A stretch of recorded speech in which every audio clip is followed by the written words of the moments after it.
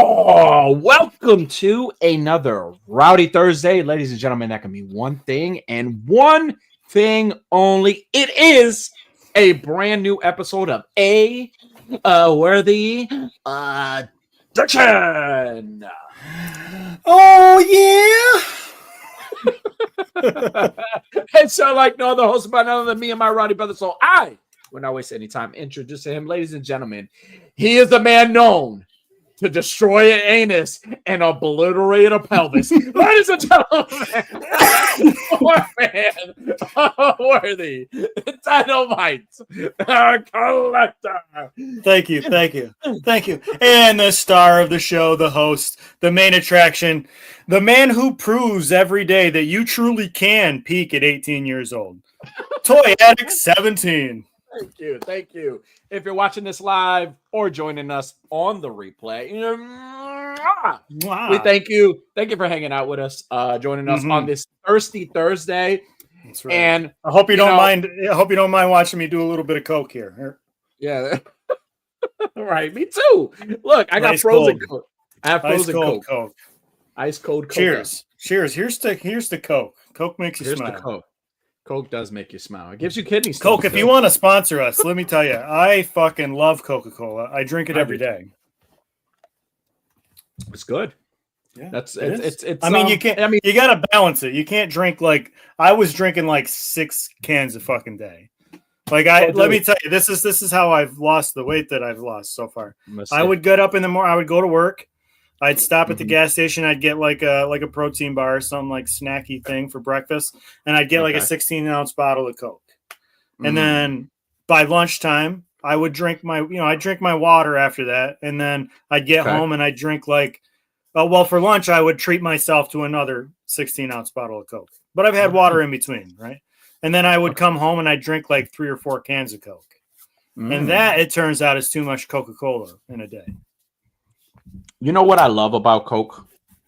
When you haven't had it for a while or you've been craving it and then you get that first swig of it. Oh, yeah. Where you feel that burning sensation just down your throat. You're like, yes. Throat fuck me, Coca-Cola, yes. There's your glisten. There's your sponsor. Throat fuck me, you red bastard.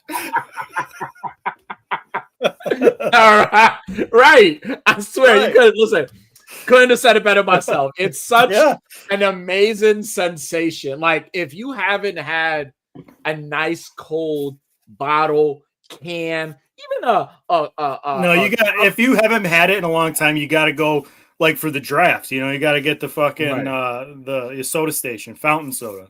How do you drink your Coca? Like, show me. How do you drink? If you're drinking out of a bottle, how do you drink out of it? Like, if I'm drinking out of a bottle, I usually do this. I'll do a little bit of Do this. you really? You whore. Oh, dude. When I drink Coca-Cola, like I have to do this. Like I don't put like my entire lips on a cup. I like go really real slow. Like, yeah, just a little bit, teasing it.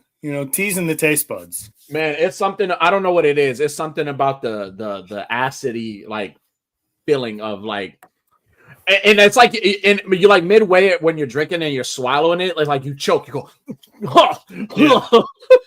like it's great. Like it's so good, especially when it's super hot out. Oh, and listen, I gotta be honest. There's only like a couple kind of people in this world that I don't trust. And one of those, like, other than people who wear MAGA hats, I don't trust people who drink Pepsi. Really? Yeah. Like it's the far inferior cola. Like, why are you doing? There's got to be a reason that you're putting yourself through drinking a fucking Pepsi. Like, you have the chance to drink a Coca-Cola and be happy like a normal person, but you're choosing to drink a Pepsi. And, like, I can't fuck with that. Right. I'm sorry. I have to draw the line somewhere. I can't fuck with that. Pepsi has a like it doesn't hit the same way Coca-Cola does. It sure doesn't. Like, it doesn't. And like honestly, like Pepsi's been featured on a lot of great things. Back to the Future, by the way, but it just doesn't give you the same feels as Cola. It really doesn't. Like man, like I remember those Christmas that December when we used to get the polar bear commercials. Yeah. The Coca, yeah. Oh, I fucking loved it, dude. I love those commercials. I still do to this day. You know, so what if you go to a place, right? If you go to a restaurant, here's a good starter question since we don't have a starter question. Mm-hmm. If you go to a restaurant and they're like, "What can I get you to drink?"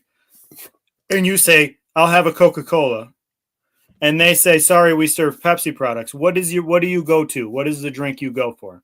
I go for Fanta. I go for orange soda. Orange soda. Okay. I will go orange soda all the way.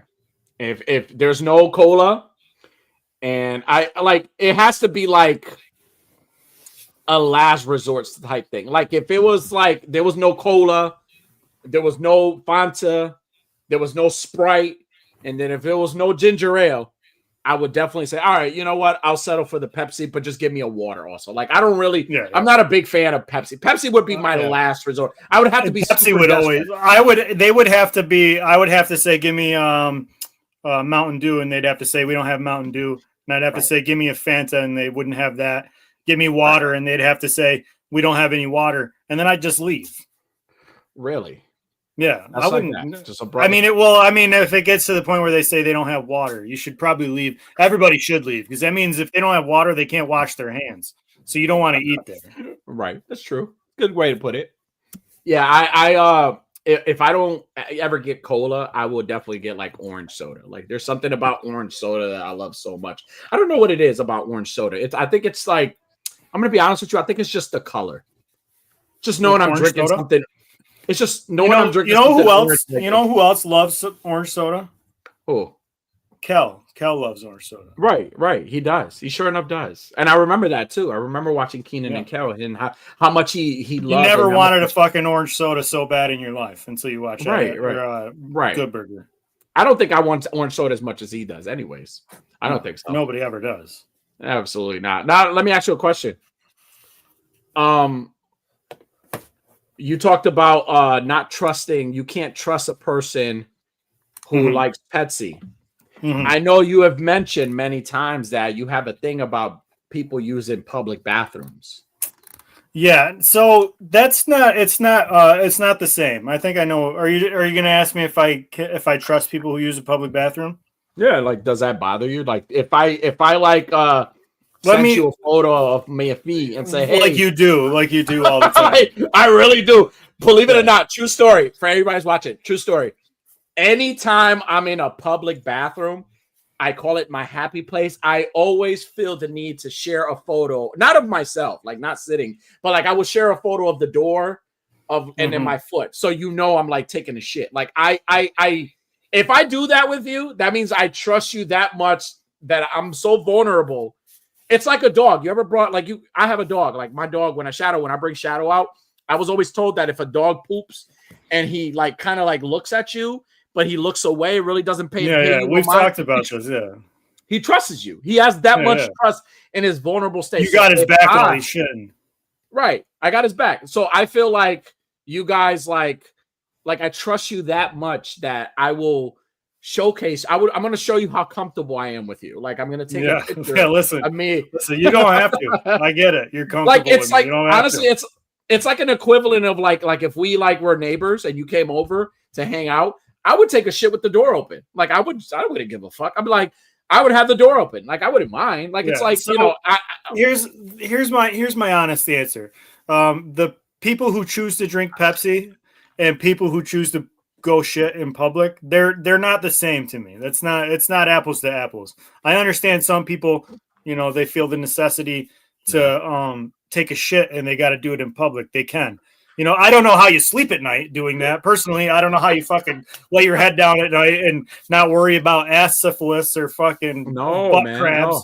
I don't know how you do it. I could never. I've got so many sleeveless t-shirts from stopping on the side of the road and shitting in a field or next to a tree or whatever and ripping my fucking sleeves off to wipe my ass. I will do that before I will poop in a public bathroom. Well, I don't sit on the toilet seat bare. Like I put they got the little covers. I don't care what you could. And if they don't, I take like a good 2-3 minutes to properly take some tissue and I like cover the entire toilet where it's kind of like a cushion.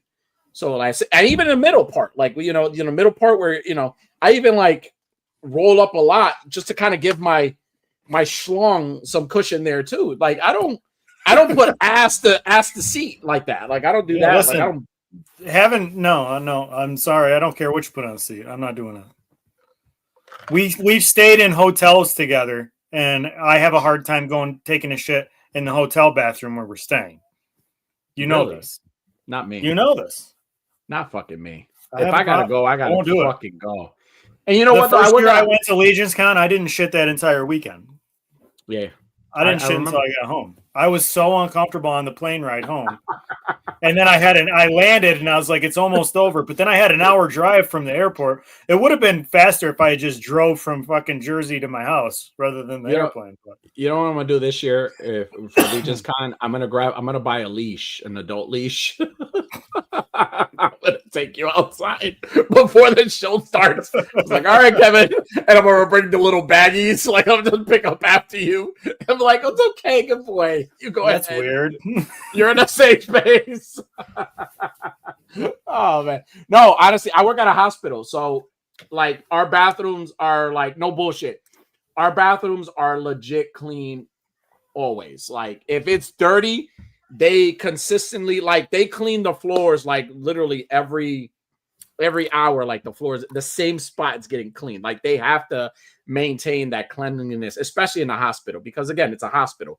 So our bathrooms are like legit. I mean, don't get me wrong, clean or not clean, I'm always gonna put like something over the seat, but like they're legit clean all the time.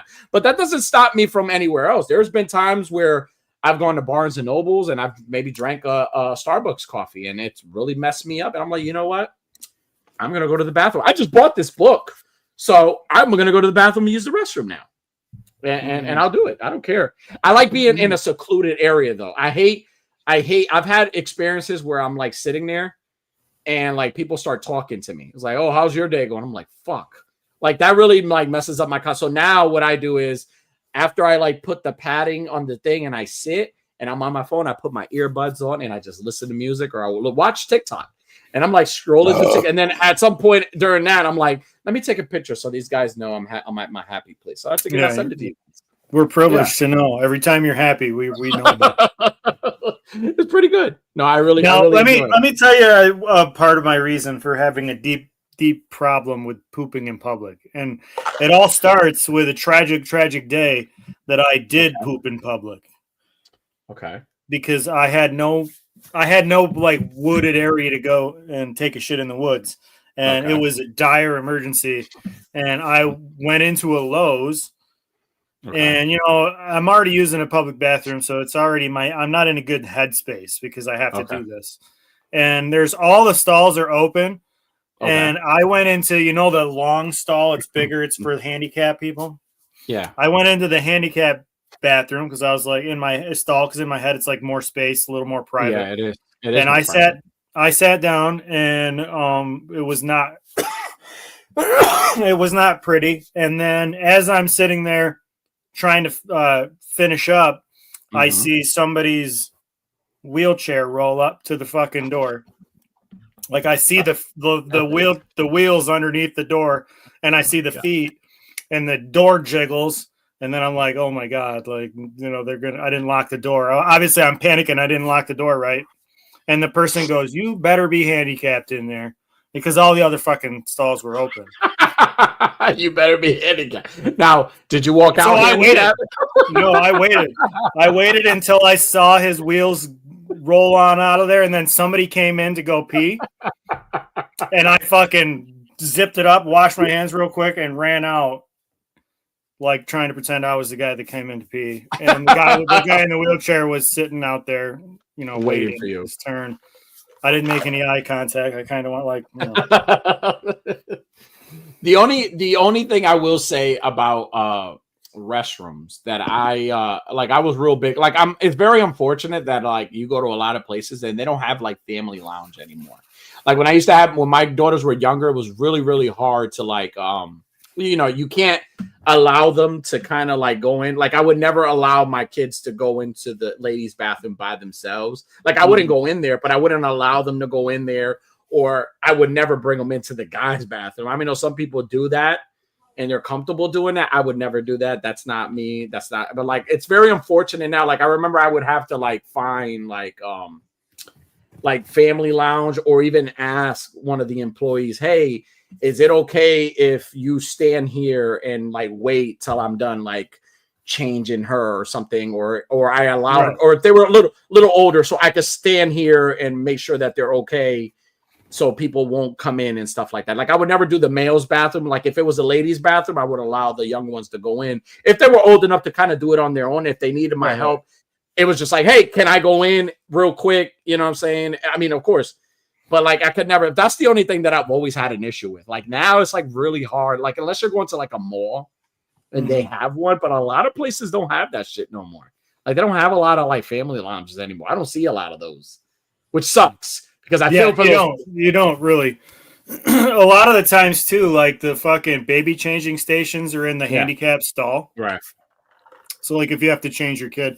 Now I did have a time when back in like 2013 or so, I lived much farther away, and I would have to travel back and forth with my daughter quite a bit. And I probably shouldn't tell the story because she'll be embarrassed, but she don't watch this show. But when she was real young, she had we were driving and she had an upset stomach and she had to go. Right. And like, there was no waiting until we got back to where we lived. So I had pulled over in Watkins Glen. There were fucking Wegmans there. Okay. Ran in the fucking bathroom, holding my daughter out ahead of me. She was about to blow. And I ran her straight into the women's bathroom, and there was ladies in there washing their hands. And I was like, I'm sorry, ladies. None of you nobody is less happy about this than I am. Right. No, seriously. Like, what are you doing? Went into the stall with her, and it was, nobody complained. Like, none of the ladies like threw a fit. I think they all seen that. I think ladies have a hard time, but not as much of a hard time when it comes to like being with your kids. When it comes to a restroom, I think ladies could like if it's a mom with her son, you could bring him in if he's little, you could bring him in the woman's bathroom and put him with you and let him do his thing and watch him. See, us guys, we can't do that. There's no way in hell I could ever bring my daughter inside a male stall with a bunch of guys in there. And if I do, I will be that parent to stand by the door and say, you're going to wait here. I don't give a shit. You are going to wait till she's done. But like, even that's kind of like weird. But me, I have no issue. Like, I wouldn't use a woman's bathroom. I have no issue using a public bathroom. I would never go into a woman's bathroom. I would never do that. But the chat's here, man. I'm going to open up to the chat, man. We got from the Dungeon Podcast. What's up, brothers? How's everybody doing today? Good question for the family right here. Do you guys think the Earth is flat? Do you think the Earth's flat, Unworthy? What do you think? I don't. I honestly 100% don't. But I did listen to Chris Jericho's podcast one time, and he had a flat Earth guy on, and he had me like convinced that I understood how people could believe that. Like, I wasn't convinced the Earth was flat, but he convinced me enough to be like, okay, I see why people believe this. Right. I never really put thought into that. I really never put too much thought into it. But he says, coming in with an off the wall question, right? Hey, listen, this is an off the wall show. So we're just talking about public pooping. Yeah, we were just talking about public pooping. That's okay. How serious could we be? Yeah, you look like a big, large cup of coffee guy, Kevin. Not a bottle. I'm not really a coffee guy. In the winter, I'll drink a coffee a day. But like, I'm not really a coffee guy. He says Pepsi sweet to the last drop. So he's the Pepsi guy. No thanks. He says, "Oh no, I'm sorry." He says, "I'm more of a Dr. Pepper kind of guy." Okay, Dr. Pepper's not bad. Dr. Pepper's good. Or root beer. Okay. Now, see, there's another whole fucking debate. Do you drink Barks or Mug? There you go. He said, it's good to be rowdy. Good evening. What's going on, Green Geek? How are you? What's up, Green? I was asking you, do you drink Mug or Barks? Or A&W. Whatever one with the barrel. Whatever the one with the barrel is. They've all got fucking barrels on them. All right, one of them. I don't fucking know. It's one. How you make it? He says, bro, if you got to take a shit and the public bathroom is the only option, it's got to go. Yo, absolutely. You got to fucking go. You got to go. The woods are always an option. He says, yo, Danny's bugging right now with the whole open door. Hey, dude, I don't give a fuck. I'm that comfortable with my friend here. Like I would leave the door open. No problem. I know he's not gonna look at me with his lustful eyes. He's gonna be like, hey Danny, I know Kevin. Kevin will be the guy that I'll be in there and he's like, hey, you need some tissue? You're good? Are you sure? I was like, hey, can you pass me the air freshener? And he would pass it to me. He's that kind of guy. Like, you know, he's not going to be in there. I'm really not. Yeah. I'm sorry to let you down. Really? I'm really not. You're on your own in there, buddy. He says, bro, what are the odds of a handicapped person coming in to use the handicap stall? Yeah, for real. Yeah. What are the odds, like, what's the odds if you're going to the short urinal and a dwarf walks in behind you? Like, same odds, I'm sure. I've seen in my movie theaters, they have family bathrooms. Yeah, I know some theaters out here have them, but like I'm talking about like retail stores, like a lot of like a Target, like they have one, but it's like every time I go into the Target, it's like out of order or it's not open at all. Like they only have the male and the female ones. Yeah. What up? What's going on, Webhead? What's going on, dude? Says please smash that like and subscribe. Hey, we appreciate that, dude. Thank you. He says Brooklyn's root beer. Okay. Webhead says SummerSlam coming to Minnesota very soon. Yes. You excited also, Yeah. Yeah. Also, speaking of Minnesota news, LaMelo Ball got traded to the Timberwolves. I'm fucking excited for that. I like watching LaMelo Ball. Anyways, I think he's fucking entertaining. So I'm glad to see him going on a real team. He's all right. I think he's a nice young guy, but he's okay. He's not. I think he's really good. He's great. Like with the assists, like he's always looking to pass the ball off, you know. So yes, he did, Unworthy. Yes, I'm looking forward to it. I'm a little upset, you know, a little sad to see Naz Reid go, but you know, it's LaMelo Ball. You get this opportunity, you gotta take it. So are you like excited about it? Like super excited about it? Like how excited are you? I mean, I'm excited to see what happens. I mean, are you this excited? Are you that excited? Oh shit! Hold on a second. The fuck? He says, "Are you guys ready for Batman Nightfall?" We're definitely going to talk about that tonight. But to start off, Supergirl early is Thursday, so it's showing. Tomorrow's opening day for Supergirl. It's out. The movie's dropped. The embargo has dropped today. Critics are reviewing it. It's a mixed batch. Apparently, it's a low score on Rotten Tomatoes. If you give a fuck about stuff like that, audience score right now is at 75%. So audience kind of likes it. It's a mixed batch. I've been looking on it. It goes up, down. It goes up to 60. It goes back to 59. It goes up to 60. Goes down to 59. So it's a mixed batch, right? A lot of people saying, "Oh, it's a really dull superhero movie." Some people were praising the movie. Is saying it's a nice, you know, origin story for her, or you know, she did good, but there's a lot of, from what I see, a lot is either people don't like it or people like it, but they see the flaws in it. So again, now here's my question to everyone and to you, because it is an important question. I think we've talked about this millions of times on this show, but I really started thinking about it, and I really want to ask: does the score matter? Does the score to a movie, and does the score to a movie, a Rotten Tomato score, does it affect your enthusiasm to watch this movie? Does it affect the movie itself? Do people like follow that, like, oh, the hype, like, oh my God, if it's at 100 or 97%, this movie is amazing. You haven't seen it, but you're like, oh my God, if it's at 96%, this movie's got to be fucking amazing, right?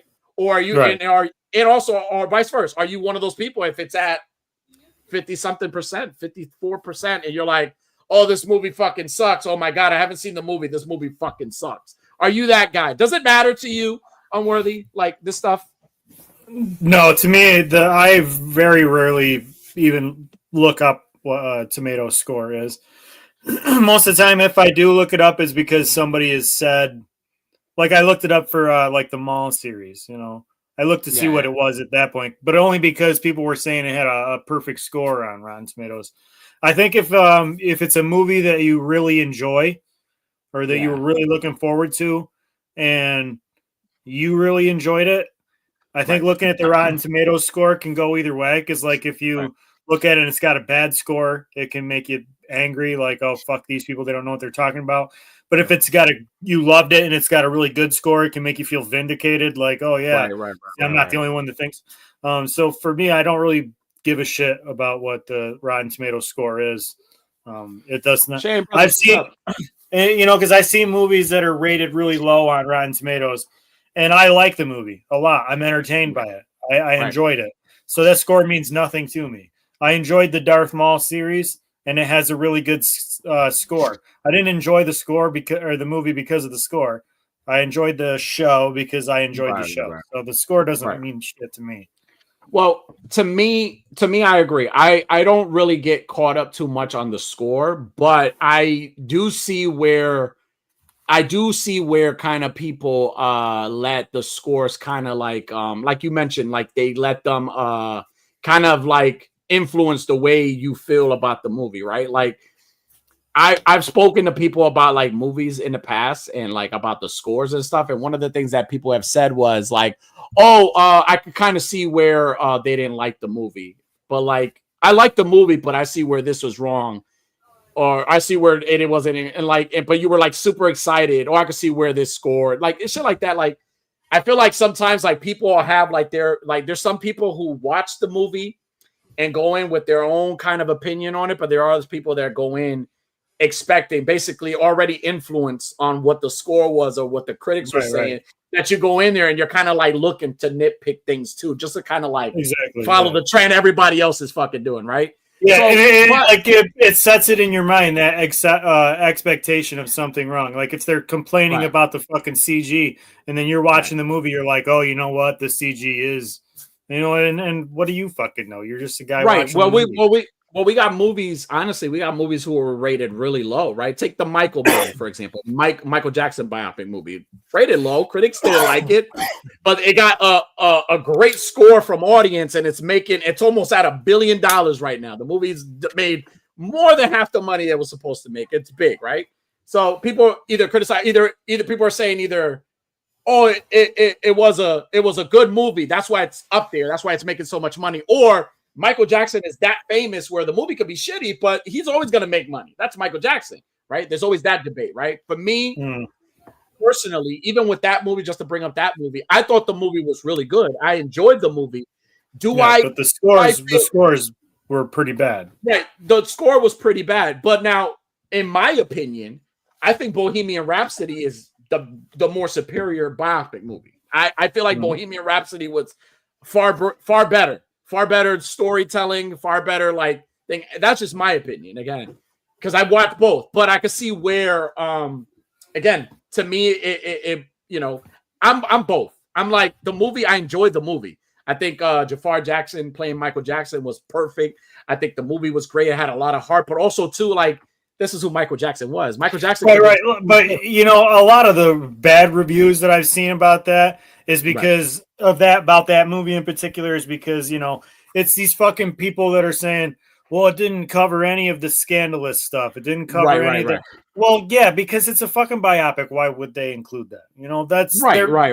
They're showing you the happy parts. They're not showing you the controversial it's funny. parts. It's funny that you say that because Netflix has the documentary of the verdict with the whole court case and everything. And that thing's critics score that shit high as hell. It's like, it's like they want fucking clickbait exposing people, Right. They want come look at the monster, everybody.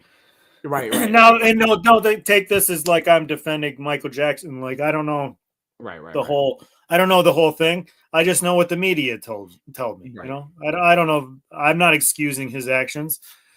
Because also, to be fair, I don't know all of the allegations and all of the actions. I have no idea. So that doesn't matter to me that they didn't show that. They did a Johnny Cash fucking biopic, and they touched on his drug abuse things, but they didn't really cover it. Like they didn't tell you the story on how he's so fucking hopped up on methamphetamines. He got gored by his own pet ostrich. Yes, his own pet ostrich during a tornado, and he tried to smuggle his methamphetamines into the hospital in his fucking open fucking ostrich wound. Right. They didn't put that in the movie. You know why? Because they don't want that in the movie. They want the happy things. They want him and June getting married. Right. From the Dungeon says, well, look at the critics said about Kiss. They never liked any of the albums, but the fans say otherwise. I agree. Kiss was never received well by critics ever. But like again, like it's fans have it depends on the connection you have with either the musician, the movies, the superheroes. It all, like this movie in particular, Supergirl. I'm going to watch this movie based on my opinion, and I hope that I go in there because honestly, when I saw that it was a low score, I was like, okay. I think I'm past that point. I remember there was a time where it did bother me a lot that the movie, I just didn't like negative. Like I love DC. I didn't like anything negative against DC, but there comes a point in time where you kind of have to see things. Sometimes there is truth to a lot of things people say, and a lot of people may not agree with me, but there's a lot of truth to a lot of things critics say too. There are times where I watch like Batman versus Superman. It wasn't what we wanted. Like it wasn't. It was. I mean, it had its great moments. It had an amazing warehouse scene, but the story was just like it just wasn't. It wasn't the Batman Superman movie we wanted, right? Yeah.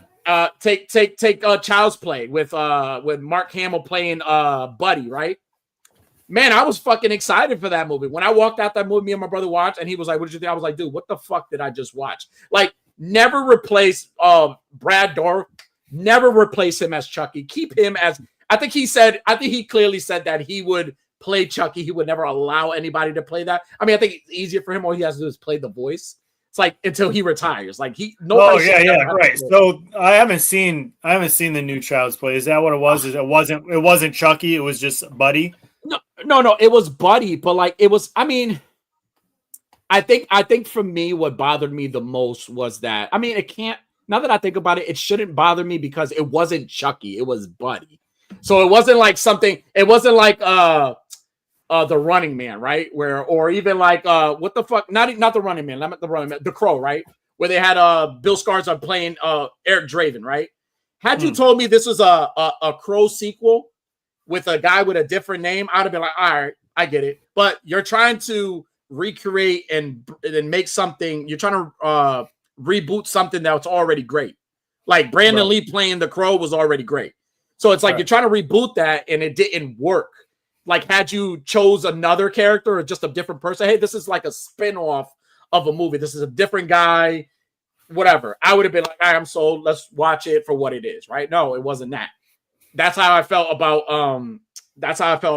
Child's Play, where it was like, I get it. Like I think about it, like it's Buddy, it's not Chucky, but like it's like they wanted to kind of like reboot it so bad to the point it was like, let's introduce Chucky to this new generation with this new generation kind of saying, well, we already know who the fuck Chucky is. Like that's not him. He's not like Ultron and some shit. It's just weird. Like I think, but again, going back to Supergirl, I feel like a lot of people sometimes they get so caught up with these scores, right? And they allow, again, these critics could have an opinion. They're okay. You could say they're wrong all you want, but at the end of the day, you can have an opinion as long as it doesn't contradict mine. Right. So it's right. It is what it is. But like it's like what you feel about it. Like if you go into the movie theaters and you feel like if you walk out the movie theaters and you feel like you enjoyed the movie, if you feel like, man, this was a great movie, it's okay. I can say, hey, the movie was shit. And you can say, hey, it's a great movie. And guess what? I'll be happy for you if you enjoyed it, right? The fact that you were able to go in there and pay as much as you paid, probably pay $60, including the fucking candy and probably the merchandise, not including the $60, $80 bucket that you're buying now. All that money that you just spent, if you walk out that theater and you feel like, man, I spent good money today. I bought all these all this merch, all these snacks. As long as you don't come walking out of a movie like Halloween Ends or Scream 7 and think, what the fuck did I just think? What the fuck did I just pay for? See, it's different, man. I have a love-hate relationship with Halloween Ends. I have a strict hate relationship with Scream 7. I hate it every minute. It's literally it's a movie where if you look at it and don't look at it as a Michael Myers movie, it's great. I'll enjoy it. But if you watch it and think of what they were trying to sell you, which a lot of the Supergirl reviews were saying, was like, oh, whatever you gave me in the trailer, you didn't give me in the movie. Like you sold me a dream. Like apparently the way they adapted the story, the Woman of Tomorrow story, it wasn't like they changed a lot of things on it, and people were really disappointed about it. I guess this is like the biggest thing with them. Like it's not the story that you wanted. But again, people are going to change things. You know, who? Right. Who fucking who? Run the Dungeon says, shit, I feel the same way when Luke Skywalker drank the green milk in The Last Jedi. I was like, what the fuck did I just watch? Yeah, that was a weird fucking scene. He just walks right up to that fucking alien and grabs its titty and milks it into his fucking drink. It's like, what? Those last two Halloween movies, Blue Chunks, Danny, you know this, but absolutely not. I disagree. I've watched two. Definitely not the last two. Well, he means Halloween Kills and Halloween Ends. When you got a movie like Kills was fantastic. Kills was fantastic. That was a fantastic. When you got a movie like Rob Zombie's Halloween 2 that exists, you can never say those movies blow chunks. Never. You can never say those movies blow chunks, so they don't. Yeah. They don't. Compared to Halloween 2 from Rob Zombie. Well, let's not put too much thought into it. From the Dungeon said he drinks Pepsi, so I mean that should tell you all you need to know.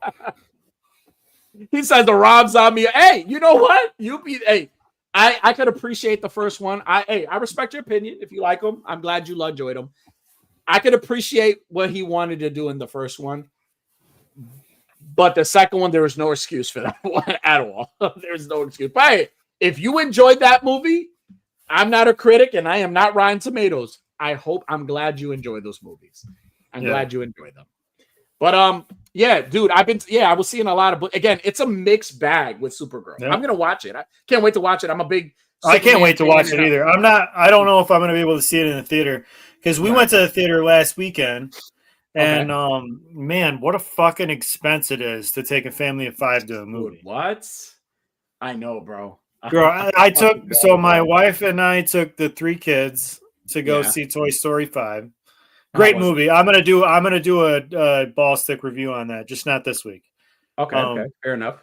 But I paid for my tickets online before we went there because I was kind of expecting for it to be doing pretty well. You know, it's like the only theater in our area. That's like a decent theater. So I was expecting it to be pretty busy. It was busier than most of the other movies I've seen recently, but that's neither here nor there. I bought the tickets online and it was $87 for 3 adults and 2 children tickets. That's fucking nuts. And then that was not including snacks. We got there and it was over $100 for snacks. Yeah. Because we got 3 and all we got was 3 popcorns. We each got each of the kids got a drink, and my wife and I shared a drink. And then each kid picked a thing of candy, and then I got Red Vines. I always get Red Vines, and it was $117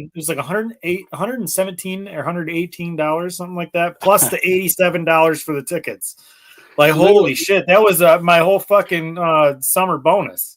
I feel for those people who have big families, such as me and Unworthy. We got big families. And you go to the theater and it's dinner and a movie where it's not like it's either that's it. You can't do dinner and then a movie. No, but like there are times where we do, right? Where we go to a restaurant as a family, we eat together. That's literally like a whole event thing. Like you go out, you eat dinner with your family, you enjoy that time. Then you go to the theater, you buy the snacks, and nowadays they're making these fucking awesome popcorn buckets. I got one right here. I got the monkey one. This shit is fucking amazing. They make these amazing fucking popcorn buckets, right? What was that from? This is the monkey, the horror movie. Oh, okay. The monkey. Yeah. I got a popcorn bucket, but I can't show you. It's in the other room. But they make these awesome, amazing fucking popcorn buckets on top of all the merchandise that they're selling now and all the blankets. It's fucking highway robbery. It sucks because I remember being a kid and that was like my grandmother would take my sister and I to the movies like every Friday. Or every other Friday we would pick a movie and we'd go see it. That was like our childhood. We looked forward to it. Right. Now, like this is the first time I've taken my sons to a theater and awesome. Like their first experience is like, okay, well, we ain't going to be able to even do this once a month if this is what it fucking costs. Right. He says, do they do matinee on Tuesdays? Yeah, they do that here as well. He says, you don't buy candy at the theater. Well, go to the nearest. I agree. So here's the thing. When my wife and I go to the movies together and it's just the two of us, we sneak in our own candy. But like we're taking the kids and I'm trying to be a good example of a human being for my kids and not do things against the law or against the rules. You know, I try not to set a bad example. No, you know what? Not me. There have been times where I used to go to the theaters and we would go to the dollar store. I remember one time me and my 2 older kids went and we went to the dollar store and we put everything in my daughter's purse. Yeah. That's what my wife always carries a big purse. So like I didn't give a fuck. Candy. She had that whole thing and she walked in all like, and we sat there. We were like tearing some candy up. We didn't give a shit. As a matter of fact, when we went to go see Fantastic Four, me and my daughter, we did the same thing. So you're like, you can't have that here. It's like, oh, I bought this here. We don't sell macaroni and cheese, sir. I've seen people bring fucking chicken wings. I remember one time somebody brought a whole Thanksgiving dinner to the fucking theater. Like he had everything. Like he had the turkey, he had gravy, mac and cheese, Jesus. He had collard greens, green beans, he had it all. I'm like, what the fuck? How does this? And I'm bad for bringing somebody else's fucking candy in? You're crazy. Hell no. Absolutely not. But yeah, Supergirl's out today. Go I'm check gonna say opening days tomorrow. Go check out the movie. Make your own opinions on it. If you don't like the movie, you think the movie sucks ass, it's okay. The movie sucks ass. It's your opinion. Now, if you enjoy the movie, do not allow anybody to ruin it for you. Not even critics. Right. That's their opinion. You have your own Don't opinion. let anybody tell you what you enjoy. Enjoy what you enjoy. Nobody else can decide that for you. You know what's crazy too? Like I thought about it. It's kind of similar to a lot of like we're all in the toy community. We all make content, right? It's kind of similar to like when people don't get enough likes or they're not getting enough views or getting enough things. Some people it bothers them. Like it really, bends them over backward. Like it just bothers them. That's what I think Rotten Tomatoes is. I think Rotten Tomatoes are jilted entertainers who feel like their movies or their projects didn't get enough love and support, so they got to shit on everybody else's. Survivors, I agree. Yeah, dude. But like you said, Unworthy, whatever's important to you is important to us. So if it's that important to you, then damn it, it's important to us because you know what? We love you and we love your creativity and we love your content. Right? That's right. Just don't fuck my feelings up. Don't make me feel right. Don't make me feel guilty for loving something, right? If I love a shitty movie, let me enjoy my shitty movie. It's no problem. I'm not stopping you. I'm like your life doesn't go you don't pause your life because I like Halloween Ends and Unworthy secretly loves Scream 7. Secretly hate it. It's not even a secret. It's widely known. You secretly love that movie. Unworthy, you probably watched that movie like 5 times trying to convince yourself, like, you know what? It's a good movie. It's a good movie. I haven't watched it again. I watched it the one time. That's it. Well, it's on Paramount. If you ever want to watch it, it's available on Paramount. I don't want to watch it again. I'm happy never watching it again. Oh man. Well, Unworthy, we're getting a shit ton of DC content, right? With DC content. I think I'm going to show love to DC tonight. And one thing that they did show is season 2, trailer to the season 2 of the Batman the Cape Crusader. This is premiering on July 31st. Have you seen the trailer to this? Have you seen the first season? I have not seen the first season. I have not seen this trailer. Listen, if there's one thing I can never deny, is that anything Batman content related, just DC does it right because they know that's their bread and butter. It's just good, and Matt Reeves is involved in this. Bruce Timm from the Batman the Animated Series, it's in this. The animation is kind of the same, but it's so gritty, it's so like dark, and then the character redesigns are great. You got to check out the second season trailer. I watched the entire first season. And when I tell you that if you are not a fan, first of all, you're fucking crazy. And I say this, I don't care whether you like it or not. If you could honestly sit there and say that you have never been a fan of Batman, the Animated Series, you're out of your fucking mind. When I tell you that when that show premiered at a time where they weren't giving a shit the way they were like literally cartoon, but it was cinema. Like every episode was like a cinematic ball of fucking like a Coca-Cola. cinematic thing. Remember we were talking about the Coca-Cola sensation when you're drinking it and it's just a great. That's what the Batman animated series was. It was like you taking that first sizzle of Coca-Cola and going, it's fucking amazing. And this show is no different. The Cape Crusader is no different. It's just so fucking good, dude. And like I am super, super excited for what they're doing with this. And honestly, it makes me so pumped for the Batman 2. It makes me so excited for the Batman 2. I need all like, okay, James Gunn is eventually going to introduce us to a Batman, but right now, Robert Pattinson's Batman is my Batman. That is my Batman. That is my Gotham City. That is my universe. That is the one I'm rocking with. I love everything about it. And this show is no different. Again, if you have not watched Batman the Animated Series, you've been living under a rock, go watch a few episodes. I promise you it's going to change your life. It's going to change your life because it has paved the way for a lot of shows, believe it or not. If you look up a lot of the history or if you look up a lot of the stuff behind like how much the Batman the Animated Series has influenced a lot of shows, Superman the Animated Series, the Justice League Unlimited shows, the Justice League, all these other shows, Batman Beyond, you would not be fucking disappointed. I'm telling you.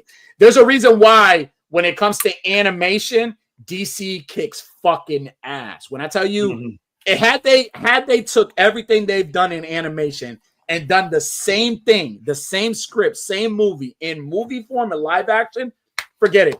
There would be no like people. I mean, there would still be people bitching and complaining because DC fans are probably the most toxic and fucking whiny little whores ever. Because I know, trust me, I see it all the time. It's ridiculous. But like I'm telling you, had they done that, we would not be having any conversations. It would be we wouldn't be here where we are right now, where James Gunn is starting to start over and all that bullshit about Supergirl, James, it's the death of DC over one movie.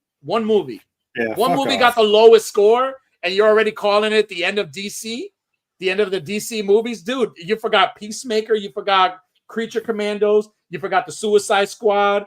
Well, they don't want to know about the good stuff. They want to complain about the bad stuff. No, let's not because again, don't introduce logic into these people's fucking arguments. Right, like what the fuck, like so. But listen, Batman the Cape Crusader, check it out. Check out the trailer if you haven't. Unworthy, check out the trailer. I'm telling you, watch season 1. Unworthy, watch season 1, dude. It's fucking amazing, dude. If you're a Batman dude, listen, I know as far as suggesting animated things to me, you're doing pretty good. You suggest everything that you've ever suggested I watch. I did enjoy. And like, you know what? And Creature Commandos. And vice versa, because I could say it right now. Because if you haven't watched it, too fucking bad. Maul is an amazing show. And I'm going to spoil it because I've already watched it. That ending scene, that special appearance from the big bad. Yeah, man. Dude. I came off of my wife and I were watching it in bed, and I literally came up off of my fucking bed, and my wife said that I was sitting there like a little kid, like fucking dumbfounded, watching those two fight. It's all we ever wanted. We've all wanted to see Maul versus Vader. But it reminded you that when it comes to Vader, you're gonna fuck around and find out. Yeah. You will fuck around. Nobody can touch this motherfucker. We've discussed it. We've discussed it at length. Nobody fucks with Papa Vader. Papa Vader is your Sith's favorite Sith. Right, that's right. It's so good. And man, what a heroic death! It broke my heart, man. The what is I call him Yoda 2.0. Yeah. Oh man, what a. Yeah. Oh man, he was so good though. I loved him. He was great, man. But what a fucking show, dude. I loved it. Everything about it. And I agree with you 100%. It's 10 out of 10 show. I love it. I'm not even a big Star Wars guy. And I can tell you it is 10 out of 10 for me. Perfect 10 out of 10. Like it's great. But going into animation, dude, DC also, going into their animation because this is where they're strong, right? They announced 3 shows. More shows also, not just 3. We're going to get a crypto show. We're going to get a Joker Laugh Riot show. Dude, we're going to get a Absolute Batman, the new comic, Absolute Batman animated. I don't know if it's, I think it's a movie or a show. I don't know what the fuck it is. Yeah, it's going to be good. The fucking villains for Absolute Batman have been insane. Oh, dude, everything. Like, believe it or not, like I love the Joker in the Absolute comics, but my favorite villain in the Absolute universe is the Scarecrow. I love the design of the Scarecrow. I love how bad he is. I love how it just takes little to nothing for him to just fuck your whole thing up. I love everything about that Scarecrow so bad. Like, I cannot wait for New York Comic Con this year, because I am going to New York Comic Con, and I can't wait to see people actually cosplay that, because it looks so good. The design is so great. Like, if you're going to introduce a Scarecrow into a Pattinson Batman movie, that's the Scarecrow I want. That's the version of Scarecrow I want. I don't want him just like that. It's so good, dude. And for us to get an Absolute show or movie, I'm super fucking excited. Like, it's a whole different level. And I said this in our chat. Like, when it comes to Scott Snyder and Batman, he needs to write Batman all the time. Like, he's like leveled up and changed like the lore of Batman in so many different ways. Court of Owls, fucking what is it? Death of the Family, all that shit, man, dude. It's just him and Greg Capullo just like fucking nailed everything. It is Absolute Batman. Like, the whole Absolute stuff is great. I love the Superman. Yeah, I love the Wonder Woman was pretty good. Pretty good too. Like, it's just so good. Like, if you're not taking in this Absolute universe right now, and now in the comics, like they finally, in the Superman comics, he appeared in the Superman universe right now. Like, he's there. He showed up. Like, so now they haven't met each other yet. Who would be fucking going nuts about this show? Fucking Cobra Dad. Cobra Dad would be going nuts about this show. He says they're bugging out with that crypto show. I love dogs. Dude, when it comes, listen, crypto was like one of the highlights for me in the Superman movie, because I love the fact that they didn't make him. He was a heroic dog, but he's not the heroic dog we know. He's just a fucking dog. And I love the fact that he's just and it reminds me of my dog, right? It's like ADHD in a dog. Everything reminds you of your dog. Everything I see, it's just great. I love everything about crypto. Like, just like I love everything about Shadow. Shadow's my crypto. In the house, he's my crypto. He's just a lot smarter than I am. I'm worse than he is. But dude, I'm excited for these three. I think Joker, anything Joker related is good. Yeah. Yeah, so the Joker show, I guess, is like it's a story as if Batman died. Like, it's the city of Gotham after Batman's died. Yeah. Is what I read. Crazy. I don't know if that's true or not, but that's what one of the posts I read said. It reminds me of a story I read. I have a book called Go Insane, and it's a Batman Joker book. It's where Joker he has this big confrontation against Batman, and he ends up killing him, quote unquote. He thinks he killed him. So like, after he kills him, he thinks he killed him. He like doesn't know what to do with himself. So he literally like changes his life. He rehabilitates himself. He gets married, but then the demons, the voices coming in his head, and then Batman reappears, and then he's like, "Oh, finally, I could be me again." It's like was that a one shot? Was that the one that was the one shot along with in the Night Terrors? No. This is an old story. This is because remember the Night Terrors crossover event that DC did. There was a Joker Night Terror thing where he had successfully killed the Batman, and he just turned normal. He stopped doing crime. He got a fucking job at like some telephone service, like answering fucking phones and shit. It sounds the same, but it's probably an homage to that story. It's a story called Go Insane. It's like a story that was written. Like, the art is way different. It's like older style art from back in the day. So like, it's definitely like the same shit, like the same pitch. It's the same thing. It's literally the Joker. He has a confrontation with Batman. He thinks he killed Batman with an explosive or something, and then he literally can't do nothing else. So he's like, well, I'm just going to change my life, because the only reason there's no reason to be the Joker, because the one person that could stop me, the only person that could drive me and continue to motivate me to be who I am, is gone. So there's no point. So he gets a wife, and like, he starts his whole new life. He has like a suit. He's like calm. He's not smiling. Yeah, I bet you that Night Terrors thing was like a direct homage to that. Then. Right. Yeah, it definitely was. Definitely was. But I'm excited for that. Another thing for all you gamers, pre-orders for Grand Theft Auto 6 is out.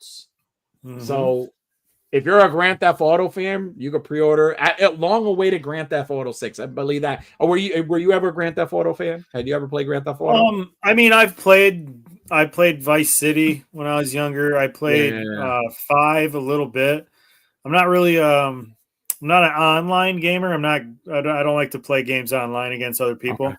So like Grand Theft Auto 5 kind of lost all of its appeal to me when like the game when I beat the game. Like I'm not really a big Grand Theft Auto guy. Okay. I got you. I had Grand Theft Auto 2 and then I had Grand Theft Auto 4 when it had came out. And I was like, I love the games. I just love the open world stuff. Like I used to like just play just to smack people and get chased by the cops all the time. I always right, and I think this one is like it's set kind of in the Vice City, like 80s. You know, it's like set in the 80s.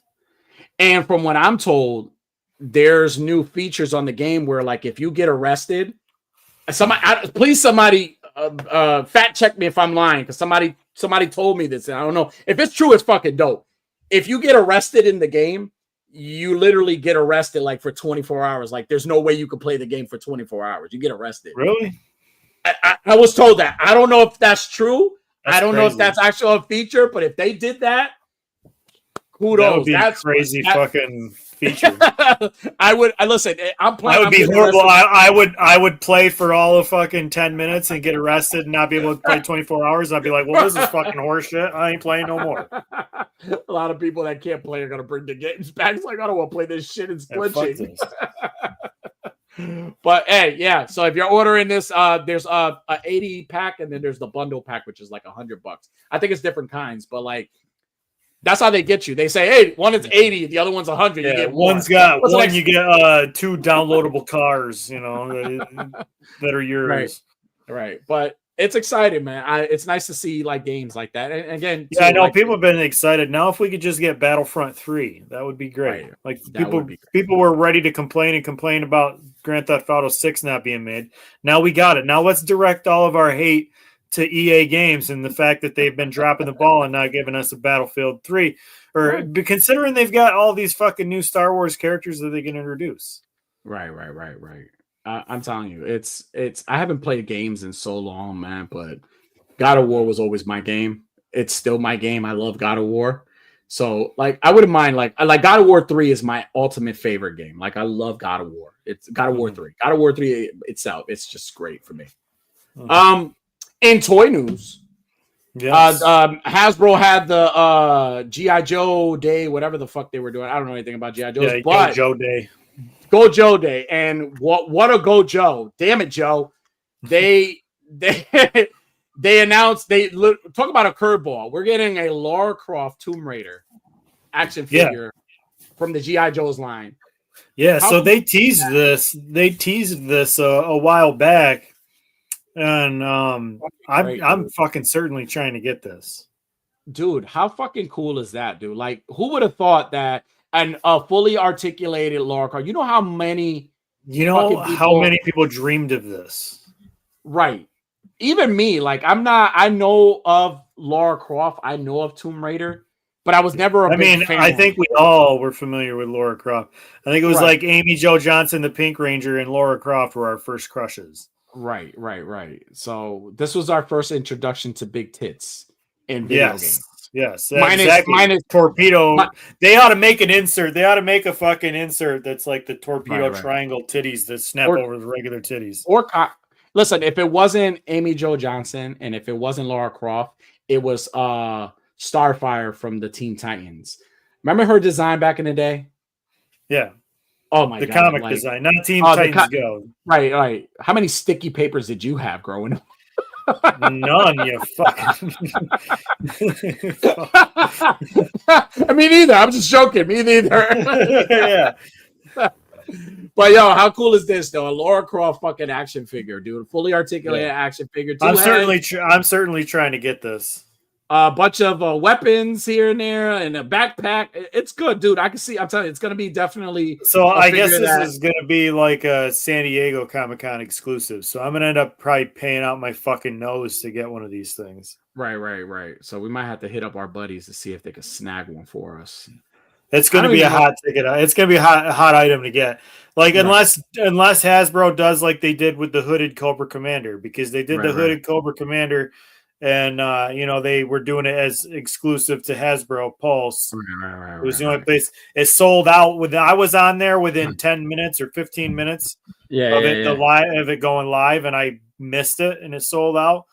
And then a few weeks later, Hasbro put more back up on Big Bad and on other toy outlets. And so I was able to get one. So maybe they will do that with this. They'll do a run at San Diego, and then they'll release a run. Either way, it's going to be difficult to get. Right.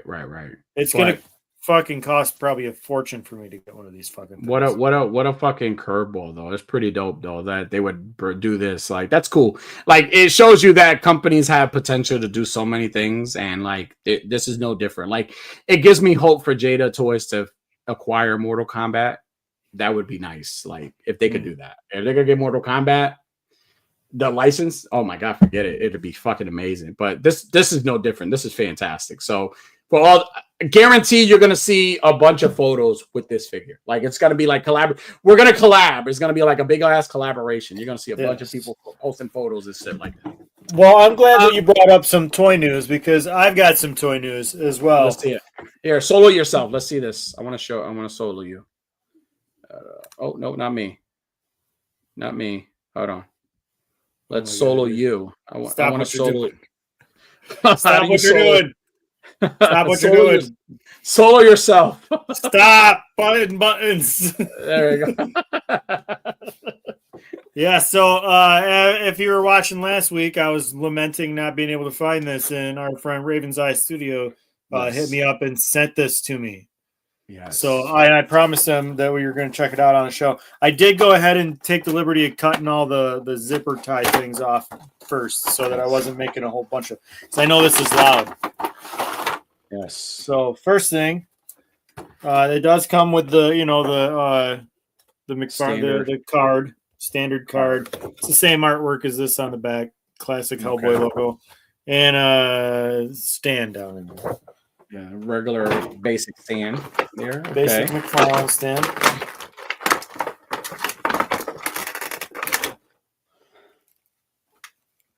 Look how nice that is, man. Look at this fucking guy, huh? It looks good, man. Cloth, soft jacket. goods, cloth jacket. Yeah. There's no wire. Doesn't feel like there's any wires to it. Okay. I don't think there's any wires. Got the logo there on the. Yeah. That's nice. Jacket. Hand is big and red. There you go. Big red hand. It's got like ratcheting. It's got like the ratcheting. Yeah. That's cool. Oh, I heard that snap. I'm not crazy about the tail. It's molded. It's not articulated. It's not bendy or nothing like that? No, it's one hard piece. Oh, okay. Kind of like, that's what she said, giggity. Right. It looks great, though. No, it looks I'm not good. doing it in very good justice with my poor lighting here. Let's see if I can improve this lighting a little bit. Let's see. There you go. See what you got. No way that doesn't fall down. It looks good, man. Yeah, and it comes with, let's see. Let's take a look at these accessories. So he's got another big red hand. Mm-hmm. So you can fist yourself. He's got a fist hand. Fist yourself. I couldn't tell if this was like supposed to be a coin, like he was thumb flipping a coin, but it's on his other knuckles too. Okay. That's cool. And obviously he's got the Samaritan. Nice. Look at that. Don't play with guns. It's nice that he's like he brought back the weapons, although his like license is gonna. Yeah, well, because this is Dark Horse, so you know it's not. This isn't through DC at all. Yeah, it's a fuck, right? He's got a cigar hand. Nice. So he's got a little hand with it looks like a little cigar. Yeah, a little cigar. Yeah, hell yeah, that's cool, man. Because he's always smoking a cigar. And then he's got your standard finger pointing hand. Or maybe this is the gun finger, trigger finger, pew-pew hand. Pew-pew. And then he's got a lot of fucking accessories. Small red fist. So you get fists. For all Let's those see if we can get this points. see if we can get the Samaritan in his hand. All you petite people who like the smaller fists, that's for you. Oh, man. See if I can get this gun in his hand real quick. All right, here's my first question. What do you like most about that figure right now? I like that it's the comic book style of him rather than, Okay. you know, I like David Harbour and I like Ron Perlman, but I am glad that this is like a comic accurate look, or a comic based look. What do you least and finger outside trigger guard for safety? And least favorite would be the tail, right? That's the least favorite. Yeah. I do wish that you know, if it maybe it was not so much like bendy, but like segmented, so you can kind of move it. Yeah. That probably will be a little bit restricting on certain poses, but I mean, it's got the standard McFarlane. You know, it doesn't have a diaper, at least. That's no good. Diaper. No diaper. Got good articulation. Can kick forward that far. Can kick forward backward that far. Do you recommend this toy on a scale of 1 to 5? Do you recommend this toy where? If you're a Hellboy fan, I would say this is a 5. You should get it. Okay. And if you're not a Hellboy fan, if you're not a Hellboy fan, then this is probably not for you. You'll probably find something to pick apart about it. Right. But because it was from a friend, it's a 10. Yes, because this was a gift from a friend. Yes, this is all I could have ever hoped for. There you go. Nice, man. I'm gonna have to do some pictures. I'm gonna have to take some fucking photos. I haven't done that in a while. Let's see this. We can get this fucking cigar hand on here real quick. Let's do that. Let's see the cigar hand. This fucking hand. Let's see the cigar hand, my friend.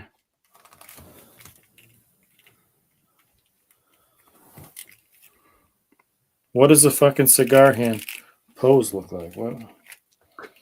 Like this. Oh, yeah! That's what a cigar hand looks like. Oh, we can do like a Green Lantern. By the power of cancer. Oh, Jesus Christ. That's a pretty cool figure, man. I dig it. I love it. I give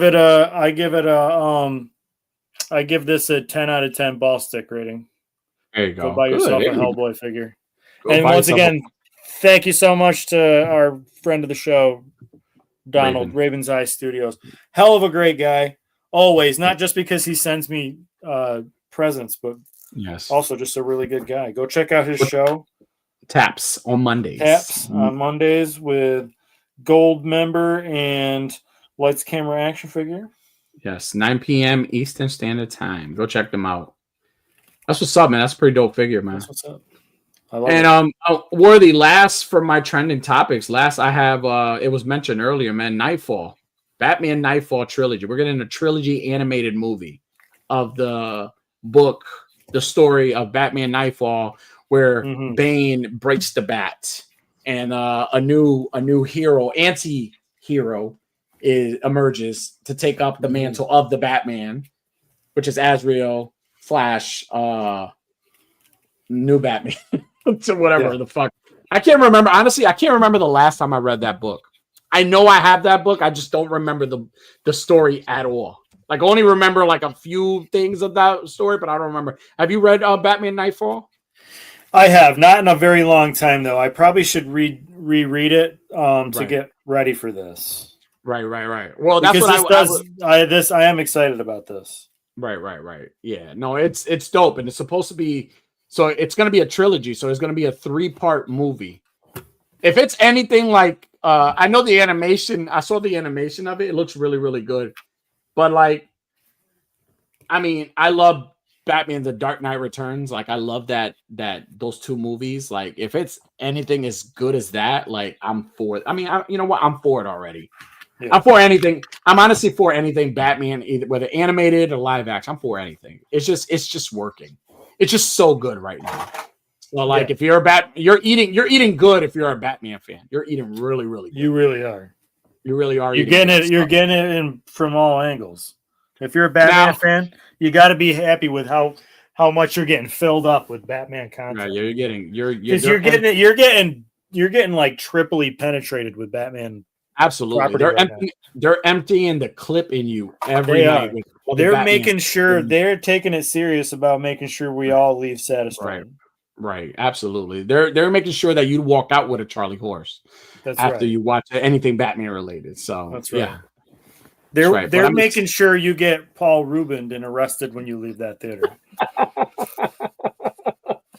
Rest in peace to the great Paul Rubens. But yeah, dude, DC. Listen, a lot of great DC stuff happening, man. A lot of great stuff. A lot of good comics out.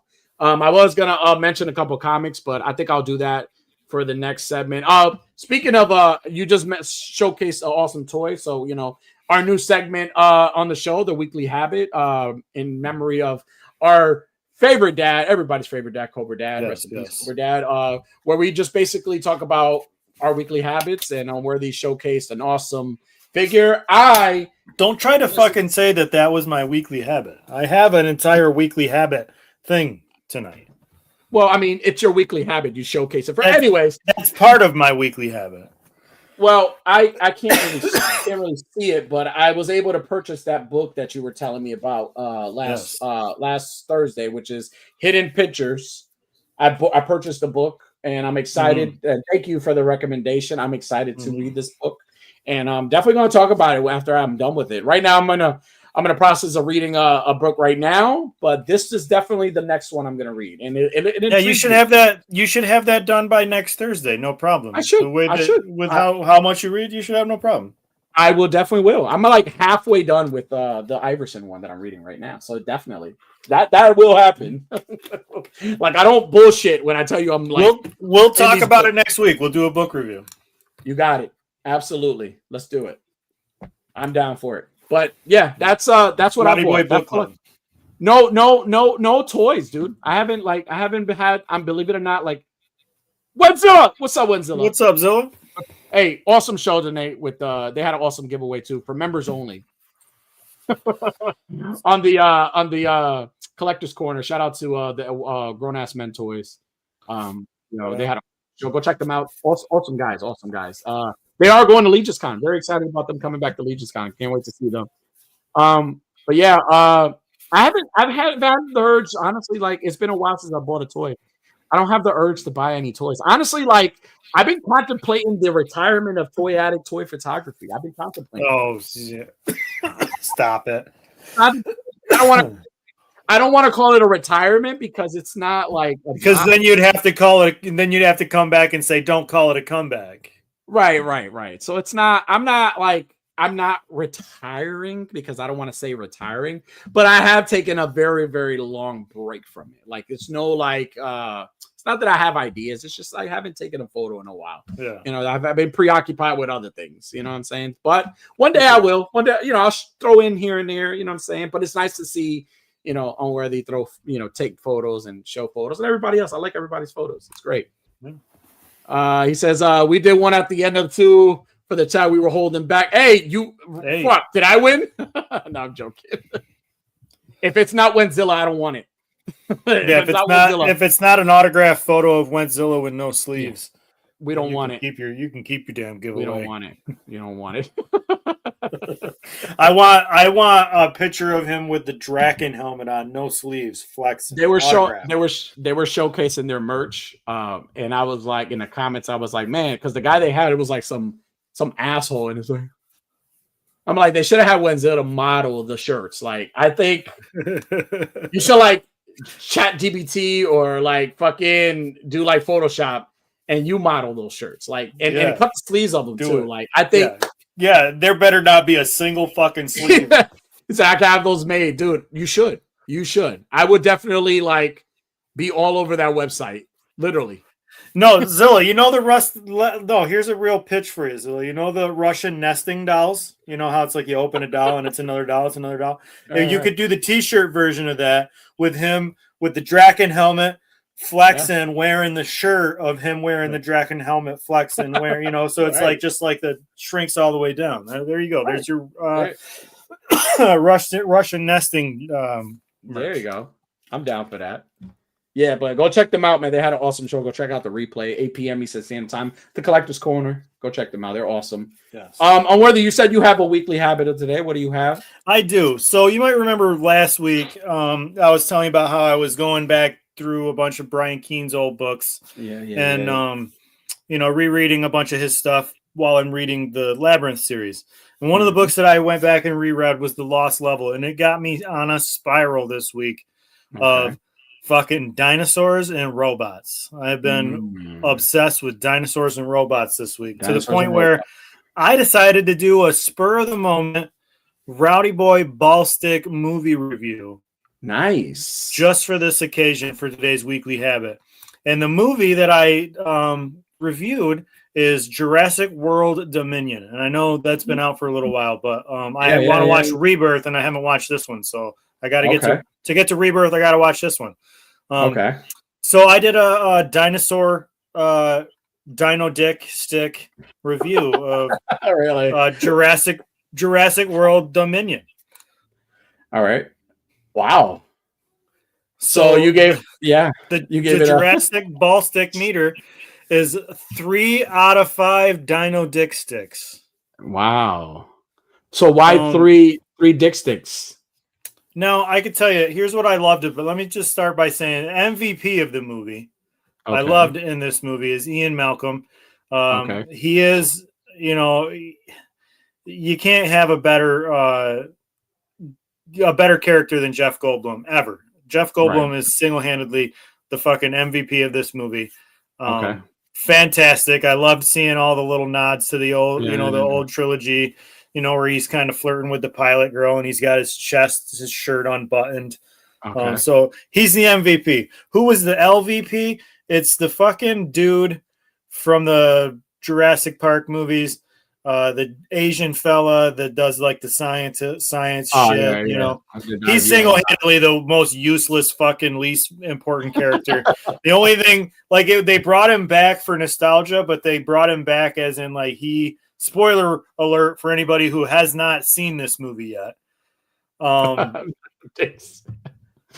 Anybody who has not seen this movie yet, it starts with locusts, mutated locusts that this Asian fella has helped genetically engineer, and it's going to cause worldwide famine because it's going to ruin the agricultural industry. That's really the only reason he's there. He's there to show the girl, the main character girl, some videos, and then really he's useless to the rest of the story. So he was the LVP. The best scenes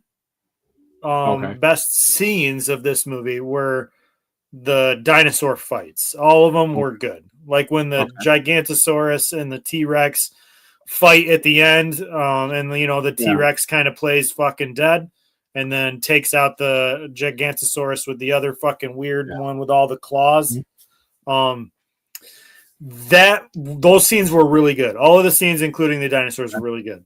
Now, what I hated about it is it seemed like there was a lot of useless bullshit going on concerning the human characters. It's the same fucking thing that I say about the Godzilla movies. We can do without all of this human drama. They got they brought back the legacy cast, which you love to see it in a way, but in a way it also kind of detracts because they're fucking it's a love story again, and it's why we don't need love story. We need dinosaurs fighting. We need dinosaurs, more dinos, more dino dicks. So what? And the whole convoluted story of the little girl, or the girl was a clone of her mother, and she's the key to this genetic science because she genetically mutated her DNA to have a baby by herself. It's all why we don't need all this bullshit. That was so convoluted and hard to get through and hard to rationalize that's what detracts it and takes away those last 2 Dino Dick Sticks. Was all that backstory was complete hogwash. We didn't fucking need any of it. You just should have had more scenes like the giant fucking pterodactyl crashing the goddamn airplane. Give us more scenes like that. More rampage scenes of these. That is good. The human aspect, a lot of the story was kind of bullshit to me. Yes. So that's why I give this out of 5 Dino Dick Sticks. Jurassic World Dominion gets 3 Dino Dick Sticks. Gotcha. All those action scenes were really putting in the legwork for this movie. So, and then on the robot end of things, I picked up a robot book called Robot Apocalypse. Nice. And if you like sci-fi and horror, And if you liked, did you ever read the book World War Z? No. So this is kind of in the same vein as World War Z. Anybody who's not read World War Z, basically it's like a secondhand account of the zombie apocalypse. Like it's a guy that's reporting stories that he's heard during the zombie apocalypse. So it's like not really the book isn't a direct narrative of the entire zombie apocalypse. It's like recap basically. Yeah. It's like watching Sports Center. It's all the highlights. It's kind of this. The book is the same way. Like the robot war is over. This guy is given like a direct narration of some of key events, basically. Okay, it's a good book so far. But yes, my weekly habit this week has been robots and dinosaurs and dicks and dino dicks. Yes. Well, it goes hand in hand. It does go hand in hand. It does literally goes hand in hand. It literally does. All right. Well, man, dude, that's awesome, man. So that was it for my trending topics, man. A lot of great DC content, a lot of great things happening, man. If you're a comic book or a superhero lover, there's a lot of good shit happening. We got Spider-Man brand new day on the horizon. We got Avengers Doomsday. We still have Masters of the Universe in theaters. I'm telling you, we're eating. As fans, we're eating. We got Clayface on the way. They're filming Batman 2. They got all these animated movies. Like, if you're a comic book lover, this is a time to be. This is a good time to be alive as a comic book. It is good time to be alive. Super excited. Makes me excited for New York Comic Con because one of my favorite comic books from James Tynion is Something's Killing the Children. They're releasing a novel of the story. They're releasing an official novel of the story. So it's the story, but it's not. They're releasing one. So I'm excited when that comes out. It says you can pre-order it for October. So I'm assuming they're gonna have this in New York Comic Con at the James Tynion table. They're gonna have these for sale, and I'm definitely grabbing one. So I'm excited for that. That's dope. And then there's rumors about a show happening on Netflix. So that's fucking cool too. So I'm excited about that as well. But other than that, hey, everybody that hung out with us tonight and chimed in and gave your opinions on Rotten Tomato scores and stuff that you like, or gave their opinions on, or gave us a feedback on taking a shit in public places. Thank you for joining us tonight. We appreciate you. Thank you for joining us every Thursday. Don't forget to hit that like button. Go check out Highly Posable. They're live tomorrow, 10 p.m. Eastern Standard Time. Go check out the replay for the Grown Ass Men Toys. They were on before us at 8 p.m. And on Worthy, I have a quote of the night. Very simple. It's very to the point. If you are somebody who it's going to bitch about Supergirl and you're going to try to ruin it for everybody, I don't have words for you. This is the way I'm going to look at you. I'm going to look at you with that look of disappointment that you and for all those who are on the chats in the comment sections of posts about the movie, talking disgusting about this young lady and calling her a dude and saying she looks weird, go fuck yourself. Yeah, for real. Go fuck. Sorry your life is so fucking miserable that you gotta fucking complain about somebody else's attractive qualities. Speaking of attractive qualities, what's up, Chewy? There you go. So yeah, so if you're a weirdo and you're not, if you're don't be a fucking weirdo. How's that for a fucking quote? Don't be a fucking weirdo. Don't be a fucking weirdo. The fuck? Right. Don't be a fucking weirdo. Hey, if you just like the movie, don't fucking criticize the actress doing the movie and call her names and shit. You fucking weirdo. But you're right. So with that being said, thank you everybody. So good night, beautiful. Thank you for tuning in. Be sure to hit that like and subscribe button. Click that notification bell for more content.